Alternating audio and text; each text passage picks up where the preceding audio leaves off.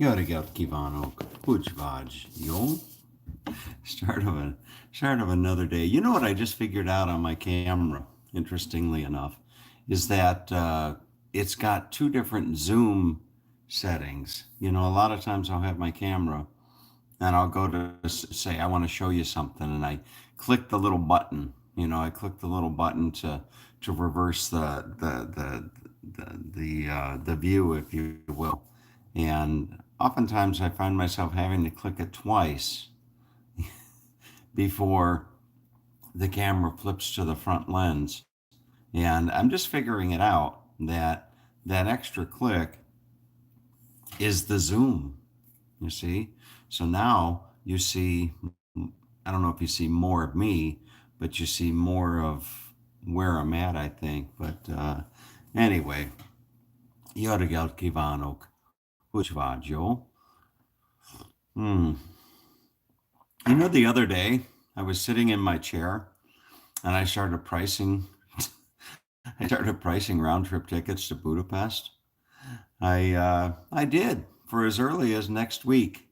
I started pricing tickets to Budapest, and round trip. It wasn't all that expensive. Interestingly enough, it was like $700, and I thought to myself, "Damn, next weekend I could be soaking in the thermal bath in Agad, uh, or Budapest or Balaton or something like that." And boy, I gotta tell you, the the fact that I grew up as a little kid in the fact that I grew up, I guess is the right way to say that. I think it goes without saying that I grew up as a little kid, but you're not going to grow up as an adult. But when I was growing up back in Ohio, I used to sit there in school and just look up at that world map and think of all the places in the world that I used to want to go.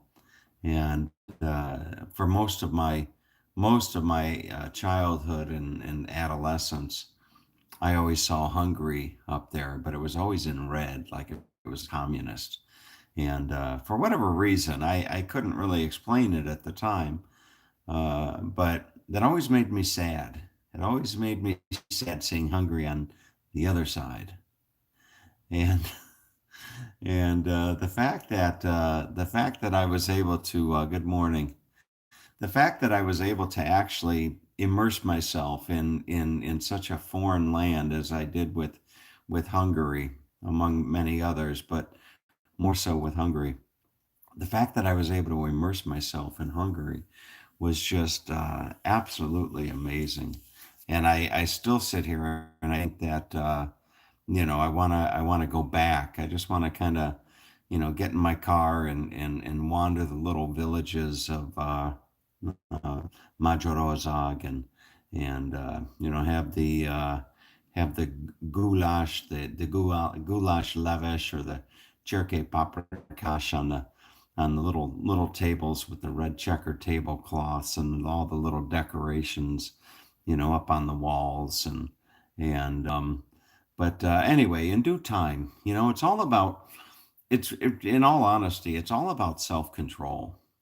That's what it comes down to. I could get on a plane tomorrow and go to Budapest if I wanted to, but I've got more grout to clean. You see, I did the kitchen last weekend, and this weekend I have to do the dining room. I've got more grout to clean.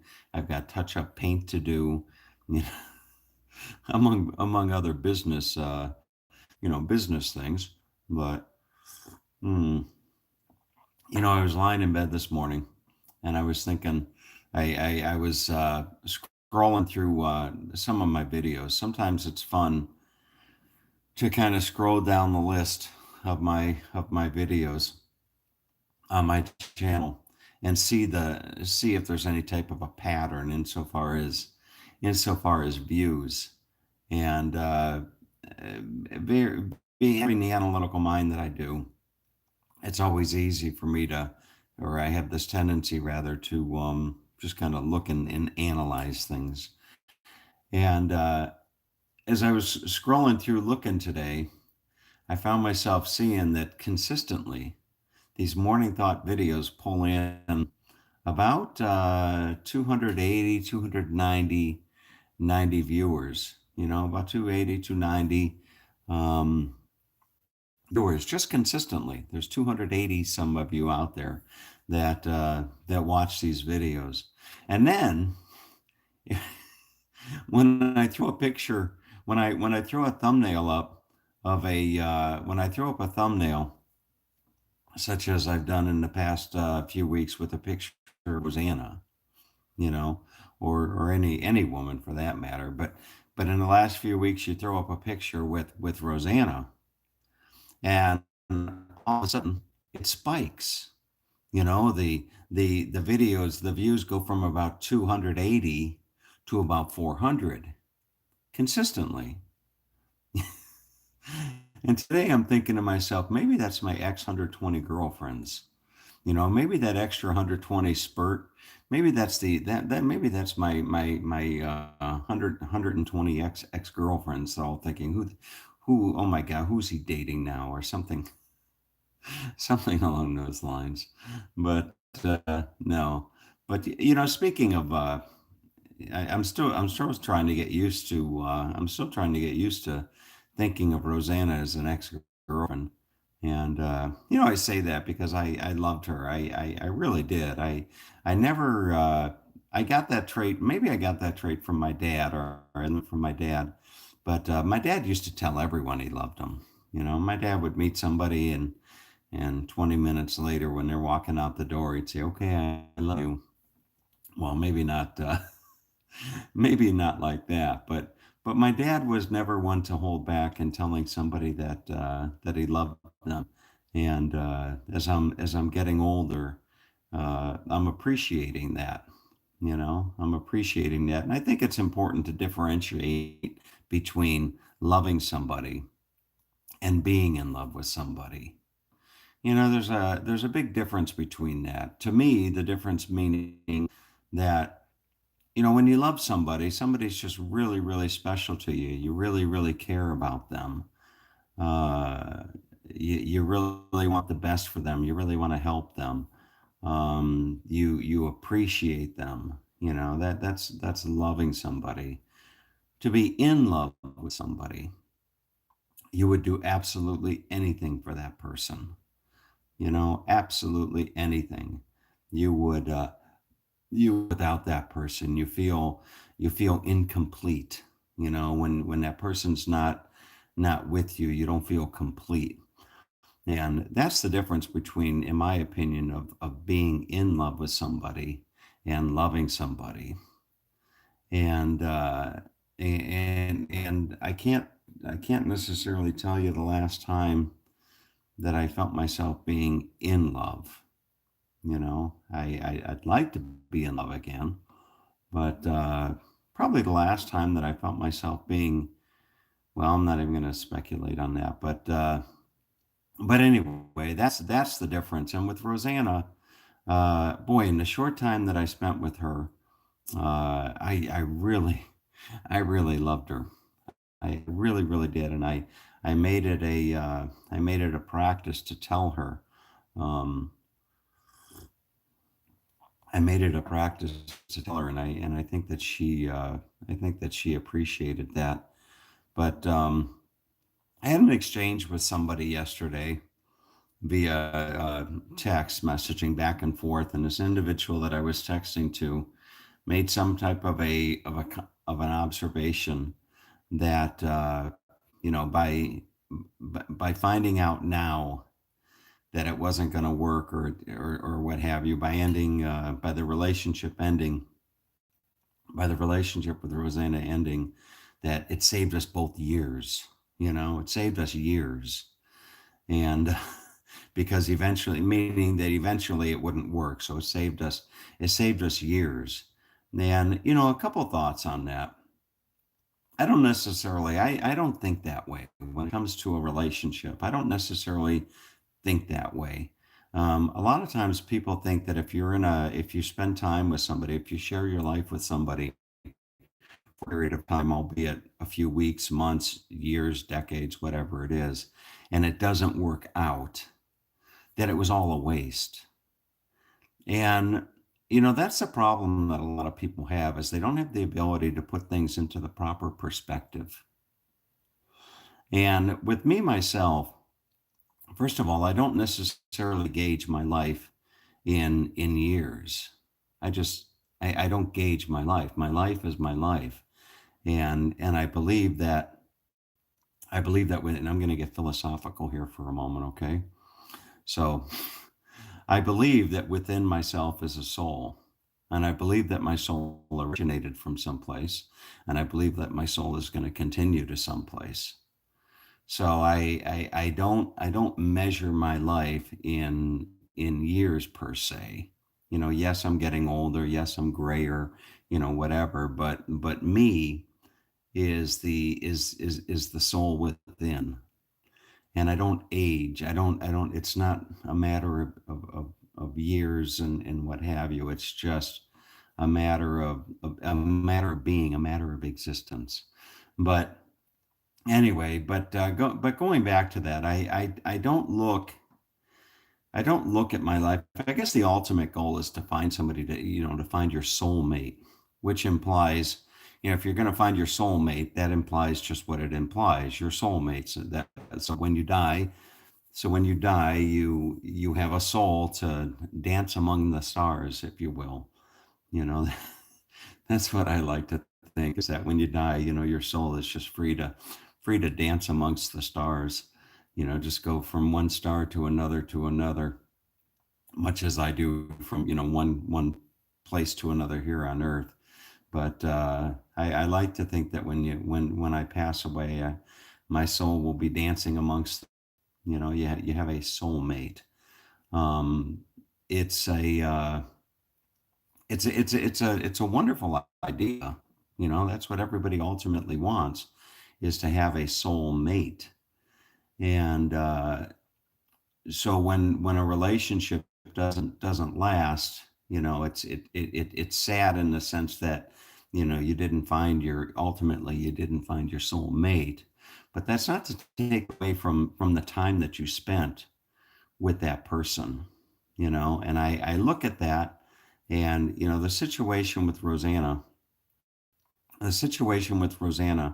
was that I had, hopefully she did as well, just an absolutely incredible time together. That week in New England that we spent together, there's more people walking around than not that wish to go to New England in the autumn, that wish to see the leaves changing, that wish to do that. And I did that. And not only did I do it, but I did it with a beautiful woman such as Rosanna. And I can close my eyes and I can remember very, very specific moments, on that trip. And those are moments that are embellished in my mind and will be embellished in my mind for the rest of my life.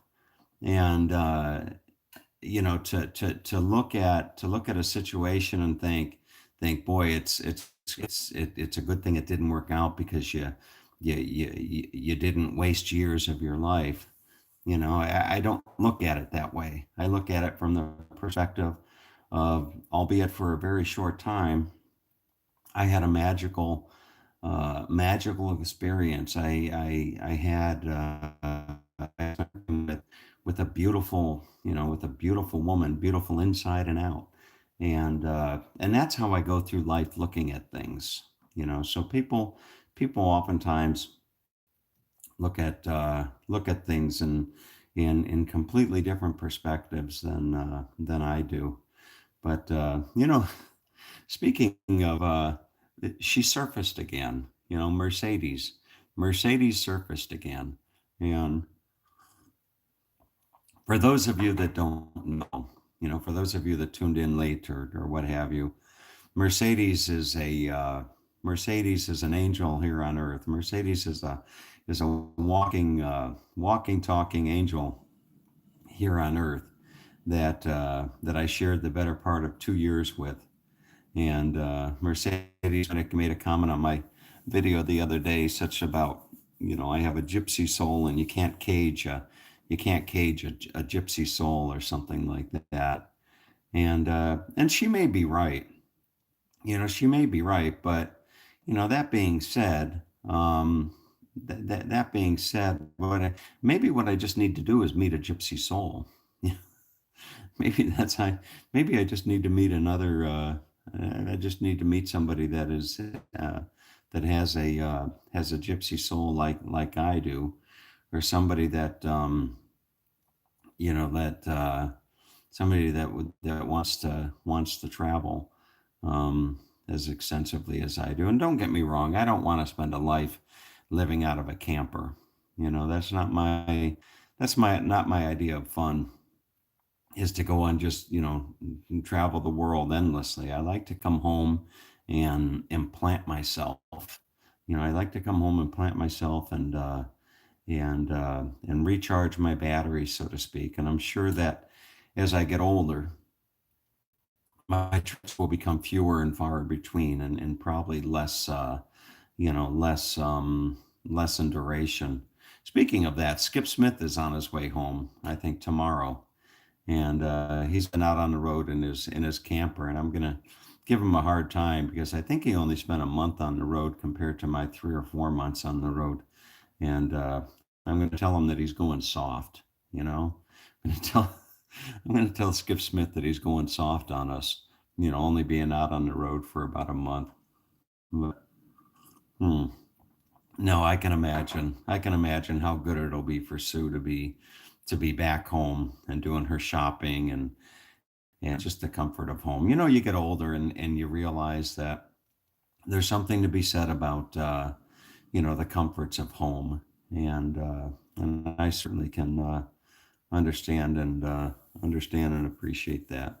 But when I think back to the time that I spent with Mercedes, there's two moments. There's two moments that always stand out in my mind with Mercedes. When I think about the 2 years that I spent, Mercedes, if you're watching this video, and I think about the 2 years that I spent with you, there's two things that stand out in my mind. One is the night we brought Daddy, as you used to call him. We brought Daddy home from the hospital, and I woke up in the middle of the night, and you were nowhere to be seen. You were nowhere to be seen, and I just couldn't figure out, where is Mercedes? Did she go home? Did she get, where is Mercedes? And and I heard a little murmuring or something like that, and I walked down the hallway, and there was Mercedes in the bed with my father, just holding him, and just saying words, kind words to him, and just holding him there in the dark. That's the one moment, that's one of the two moments that I remember of you, Mercedes. And the other moment that I remember was in a tent. Was in a tent in the north rim of the Grand Canyon, and it was freezing that night. It was freezing, and you were being from Cuba. You and cold don't go together all that well, and you were just you were bundled up like a little Eskimo, and you had I think you had your 3 layers of clothes on, your wool cap, and on top of that, you were just in your sleeping bag. And I remember, and I think it's even on video, if I'm not mistaken. I remember just seeing your little face, just your little face poking out of that sleeping bag there in the tent. There was nothing that was beyond Mercedes. Mercedes grew up I think Mercedes spent a good portion of her life overcoming adversity and growing up in somewhat humble circumstances and what have you. And it's through what is it? There's a saying that builds character. And Mercedes has no shortage of character. But anyway, so I guess enough about relationships and all that. With Rosanna, as I said, I don't want to go into details, but it was really, without going into too many details, in all lifestyle. I mean, just that it was just that simple. And as I was waking up this morning, I found myself thinking that, it really came down to, where we going to go out? Where are we going to go out? Three weekends a month, or 4 weekends a month? That was it.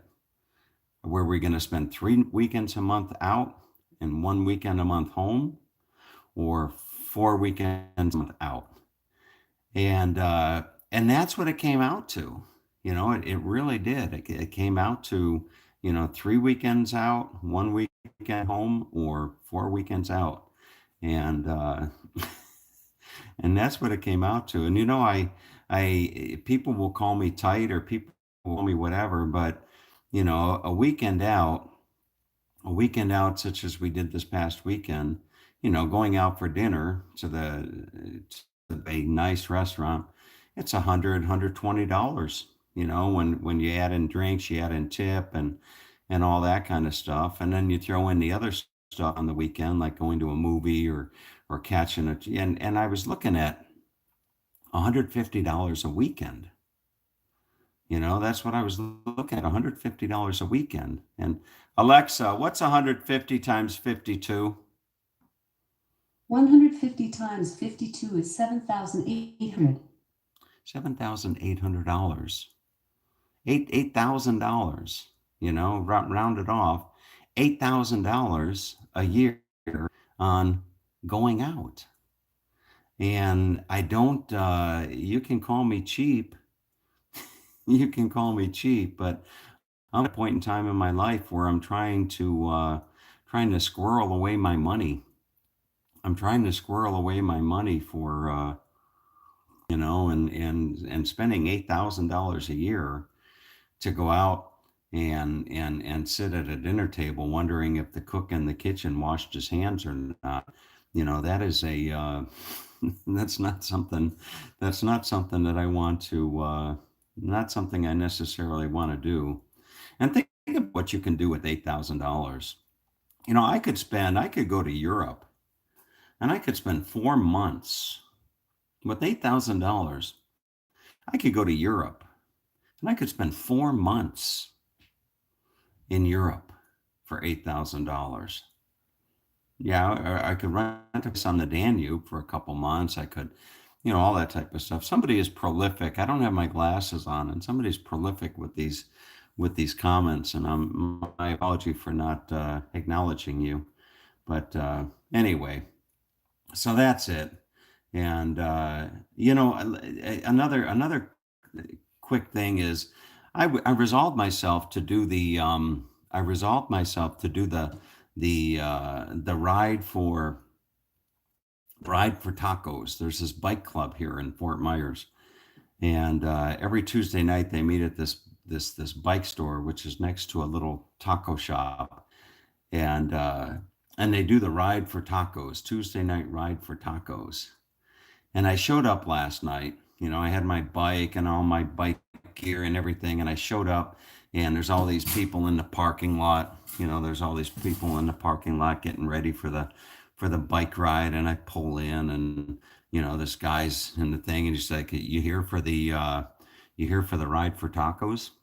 And I said, no. I said, I'm here for the ride for women. I said, I'm just here to meet women. That's all. I said, screw the tacos. I'm just here to. But anyway, so the bike ride, they set a pace. The pace is like 16, 16 to 18 miles an hour. So when you're doing this bike ride, when you go on these organized rides, they'll tell you how fast they're going to ride, so you know whether you can keep up or not. So they were going to do a pace of 16 to 18 miles an hour. And I figured, well, I'll be able to keep up. I'll be able to keep up. So they started right at 7 o'clock, right when sun went down. Sun went down at 7 o'clock, and it was starting to get dark, and I had a little light on the back of my bike, a little red flashing light on the back of my bike, and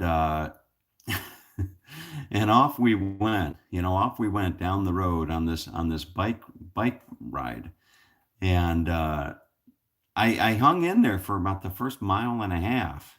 And the first mile and a half was kind of going through these little commercial areas where there were stop signs and stop lights and all that type of stuff.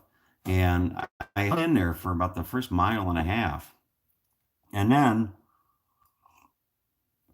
we rounded this corner onto this main boulevard, main thoroughfare, which goes for miles. And slowly but surely, those blinking lights, all those red, I was at the end. These blinking lights are all, getting further and further and further and further away from me, to the point where I couldn't see them anymore.